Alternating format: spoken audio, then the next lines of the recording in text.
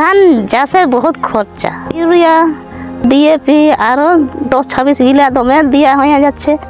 Urea phosphate DAP ওইগুলা প্রত্যেক বছর বাড়তেই থাকছে, খরচ হচ্ছে। 1 বিঘা জমিতে ধান চাষ করতে আমাদের ইউরিয়া ডিএপি সার যে আমরা ব্যবহার করি তাতে আমাদের 2500 থেকে 3000 খরচ হয়ে যায় বাৎসরিক।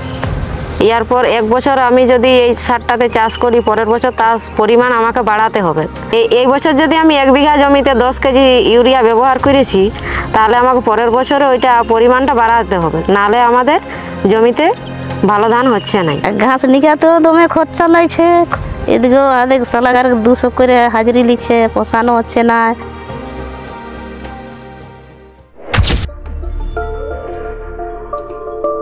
কেঁচোকে যে আমরা কৃষক বন্ধু বলি সেটা আমরা বইয়ে পড়েছি, বাস্তবে তা আমরা রাসায়নিক সার ব্যবহার করে করে তাদেরকে বাস্তবে মেরে ফেলেছি। আমাদের মাটিটা তো আগে থেকেই আমাদের চিটামাটি জায়গায় বটে, এগুলো আগে থেকেই আমাদের চিটামাটি বটে। এটা ইউরিয়া ডিএপি সার দিয়ে দিয়ে আমাদের মাটিটা আবার চিটা হয়ে যাচ্ছে, আবার শক্ত হয়ে যাচ্ছে। হালকা বৃষ্টিতে তো আমাদের এখানে লাঙ্গল দেওয়াই যায় না, ভারী বৃষ্টি বেশি জল হবে তাহলেই আমরা চাষ করতে পারি, আগে তো এমন হতো নাই।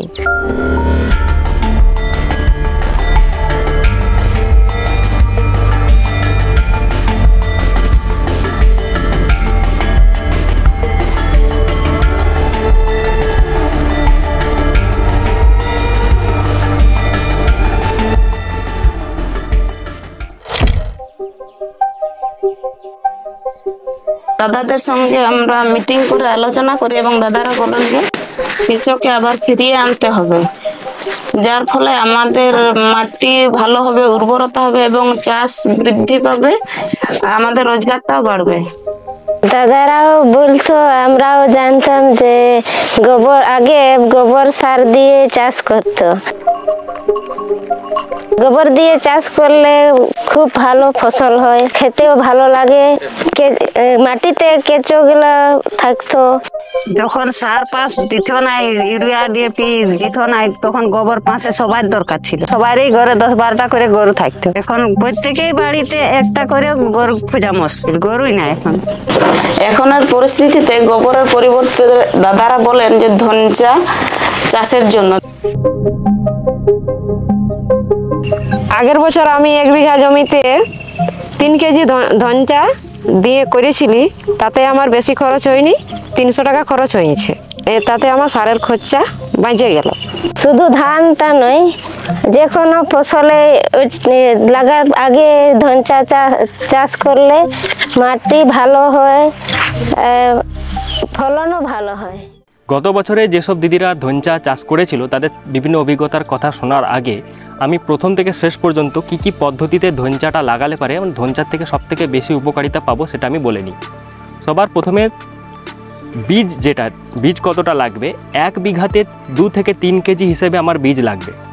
এবার সেই বীজটা ফেলার আগে জমিটাতে হালকা আমি যদি বাহে দিই বা যদি আমি একটু লাঙল হালকা চালিয়ে দিই তাহলেই যথেষ্ট। এমন নয় যে বিশাল 2-3টা লাঙল লাগবে, এমন নয়, শুধু খিল ভাঙার মতো বা কোনোভাবে একটু যদি আমি জমিটাকে একটু যদি লাঙল দিয়ে দিই তাহলেই যথেষ্ট। এবারে বীজটা যেদিন আমি ছড়াবো তার ঠিক আগের রাতে আমি তাকে জলে ভিজিয়ে নেব। ছোলা ভিজানোর মতো যেরকম আমরা ছোলা ভিজাই সেরকম করে যদি আমরা জলে ভিজিয়ে নিই তাহলে দেখবো যে আমরা সকালবেলা বীজটা ফুলে উঠেছে। এবার সেই ফুলে ওঠা বীজটা যখন আমরা জমিতে ছড়িয়ে দেবো তার থেকে আমরা দ্রুত তাদের অঙ্কুরোদ্গম হবে, তাদের তাড়াতাড়ি মানে বীজ থেকে গাছটা বেরোবে। তো এইবারে আমি রাতে ভিজানোর পরে সকালবেলা আমি জমিতে ছড়িয়ে দিলাম 1 বিঘাতে 2 থেকে 3 কেজি হিসেবে। এবারে এই যে ছড়ালাম তার ঠিক 2 দিনের পরে আমরা একটু হালকা গোবর যদি ছেড়িয়ে দিতে পারি, সে শুকনো হোক বা টাটকা হোক, বা যদি কারো গোবর না থাকে তাহলে জীবামৃত বানিয়েই হোক, কোনোভাবে যদি আমরা একটু গোবর যদি ছিটিয়ে দিই তাহলে ওই যে বীজ থেকে এইটুকু সাইজের গাছ হওয়াটা যে যতটা সময় লাগে ওটা তাড়াতাড়ি হবে। আসলে এই বীজ থেকে ছোট এইটুকু গাছ হওয়াটাই মেন জিনিস। এটা হয়ে যাওয়ার পরে আর কিচ্ছু করার দরকার নেই, ও এমনিই বড় হতে থাকবে। তো এরপরে আমি 1 সপ্তাহের মধ্যে দেখতে পাবো যে ওই যে মানে বীজটা থেকে এইটুকু গাছটা খুব তাড়াতাড়ি খুব ভালোভাবে হয়ে গেছে। এরপরে যদি এই বছর বৃষ্টি যথেষ্ট ভালো আছে, এবার যদি মনে হয় যে বৃষ্টি হচ্ছে না, সেই সময় হালকা যদি জলের কোনো উৎস থাকে তাহলে হালকা একটু জলটা ছিটিয়ে দিলেই যথেষ্ট। যেমন আমরা যারা ছোলা চাষ করি তারা দেখবো যে জল আমাদের কিন্তু একবার শুধু একটু পেলেই হলো, এমন নয় যে বিশাল জলের দরকার। তো এই গাছের ক্ষেত্রেও সেরকম বিশাল জলের দরকার নেই, যদি মাটিতে হালকা রস থাকে তাহলে তো জল দেওয়ার কোনো দরকারই নেই। এবারে আমি দেখি যে 40 দিন হয়ে গেল। 40 দিন হয়ে যাওয়ার পরে আমরা লাঙল দিয়েই হোক বা ট্রাক্টর দিয়েই হোক সেটাকে আমরা লাঙল দিয়ে দিলাম, তাহলে কি হবে, ওই গাছগুলো তাহলে মাটিতে ওই মাটিটাতে মিশে যাবে। 2 থেকে 3 দিন লাগবে, পুরো জিনিসটা পচে কালো হয়ে যাবে। কোনো ভয়ের এমন নেই যে এটা পচবে কি আদৌ পচবে না, কোনো দিনও না, 2 থেকে 3 দিন মাত্র সময় লাগবে পচে যাওয়ার। এবার অনেক সময় কি হয়, আমাদের ওই যে লাঙলটা দিয়ে দিলাম ধনচাটাকে, আমাদের অনেক সময় মনে হতে পারে যে আমাদের হাতে তো সময় নেই, আমি তাড়াতাড়ি আজকেই লাঙল দিয়ে দিলাম, আজকে আমি বীজ ফেলতে চাই, আমি 2 দিন 3 দিন অপেক্ষা করতে চাই না, সেক্ষেত্রেও কোনো সমস্যা নেই। ওই লাঙল দেওয়ার পরের দিনই যদি তোমার মনে হয় যে আমি ধানগুলোকে আমি মেন জমিতে আমি দেবো, বপন করব, তাহলেও করতে পারো। কেন কি ওই যে ধনচাটা যেটা তুমি লাঙল দিলে ওটা একদম 2 দিনের মধ্যে পচে যাবে 2-3 দিনের মধ্যে পচে যাবেই। তাই এমন ভয়ের কিছু নেই যে এটা পচবে কি পচবে না, এমন ভয়ের কিচ্ছু নেই। এবার তোমার যদি মনে হয় কোনো এরকম টার জমি আছে আমার, সেই টার জমিতে যদি কিছু বীজ যদি তুমি ছড়িয়ে দিতে পারো, তাহলে কি হবে, ওই গাছটা যদি হতে দাও তুমি এই বীজটা থেকে, তাহলে গাছটা অনেক বড় হবে, পরের বছর ফুল দিবে, সেই ফুল থেকে তুমি বীজটা আবার পেয়ে যাবে। তো পরের বছর তোমার বীজের পরিমাণ কিছুটা কম কিনলেও হবে। প্রথম থেকে শেষ পর্যন্ত যদি এই পদ্ধতিগুলো তুমি পালন করো, তাহলে তোমার ধনচা মানে দিলে পারে কোনো রকম সার তো এমনি দরকারই হয় না, কিন্তু ধনচা দিলে পারে তুমি এটা দেখবে যে তোমার যে ওই জমিটাতে তুমি আগের বছর যতটা তুমি ধান পেতে তার থেকে অনেক বেশি ফলন বেড়েছে, নাড়া বেড়েছে, ধানের যে চফা হয়ে যাওয়া একটা সব থেকে মানে বড় সমস্যা দেখা দিচ্ছে এখন, সেই চফাও হবে না, প্রত্যেকটি দানা খুব ভালো ওজনের হবে। তাই আলটিমেটলি কী হবে, তোমার ফলনটা বাড়বে, তোমার ইনকামটা বাড়বে, তো আলটিমেটলি লাভটা তোমারই হবে। আর ওইদিকে তুমি সারের খরচা তোমার 1 বিঘাতে যদি 2000 থেকে 3000 হয়, সেক্ষেত্রে তোমার এখানে মাত্র 1 বিঘাতে 300 টাকার মতো খরচা হবে। ধনচা যারা আগের বছর করেছিল সেই সমস্ত দিদিদের অভিজ্ঞতার কথা আমরা এবারে শুনে নিচ্ছি।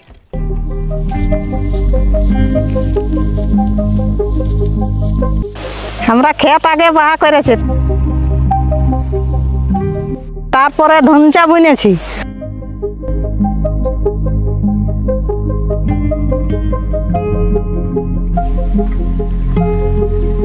ধনচা বোনার পরে আমরা হাইব্রিড ধান লাগাইছি।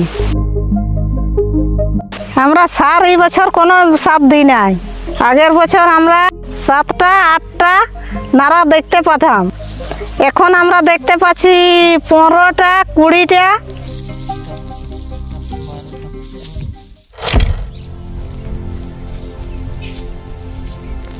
ধানচাটা যখন বড় হলো, এত বড় বড় হলো হাঁটুরলে উপর,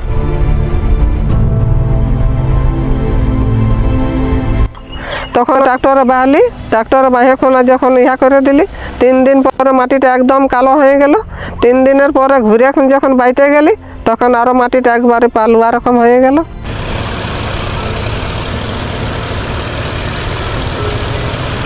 মাটিটা একদম একবারে সর, গোটা ক্ষেতটা মানে কোনো ইহা নাই যে আঠলি উঠলি এমন মাটিটা নাই, একদম পেলেম। আগে বছর যেটা বাহিয়েছিল ট্রাক্টরে, সেই মাটিটা মানে আগের যেমন পিছড়ে পড়ব ওই রকম হয়ে গেছিল। আর এই বছর যে মাটিটা হয়েছে, সেই মাটিটা এই বছর একবারে পালুয়া রকম, মানে টুপ টুপ টুপ টুপ লাগালেই হলো, মানে যে পড়ে যাব কি ছলকে যাব সেই রকম নাই, মানে চললেই হলো বালির রকম, যেমন বালি মাটি চললেই হলো। এই বছরের যে নাড়াটা, সেই নাড়াটা আর বছর অন্য বছর যেটা লাগাই সেটা হলে এই বছর নাড়াটা মোটা মোটা হয়েছে, আর এই বছর ধান শীষটাও ভালো হয়েছে।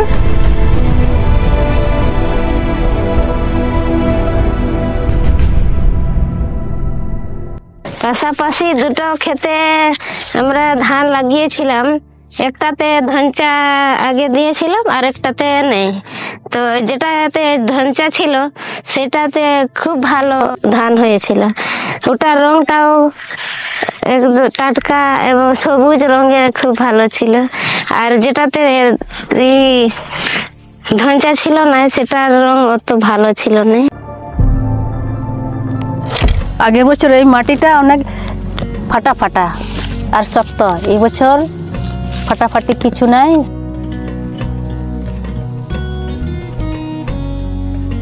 আমার মানে চাষ করে দেখলি কি আগে বছর ধান চাষ করলি সেটাই অনেক কেঁচো আইলো, একটা দুটা মাছও এসেছিল, গেঁতা মাছ ছিল, চেং মাছ ছিল, ঘোঙ্ঘা ছিল, গোগলি ছিল খেতে।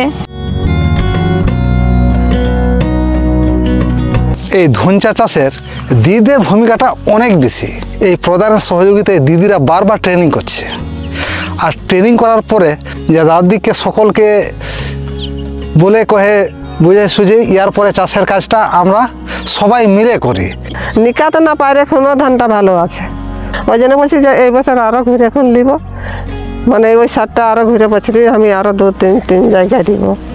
এই বছর 2 বিঘা জমিতে 4 কিলো ধনচা দিয়েছিল, তো সারের খরচা কম হয়েছিল। এই বছর দেখলি আর বছরলে গোটা শস্যে গোটা কুলিও মত করেছে সবাই আমরা ধনচা দিয়ে দিব। এইরকম আমরা 5 বছর জৈব সার দিয়ে যদি চাষ করি তো আগে রকম মাছ, চেং মাছ, মাগুর মাছ, গোগলি ওইগুলা সব ফিরে চলে আসবে।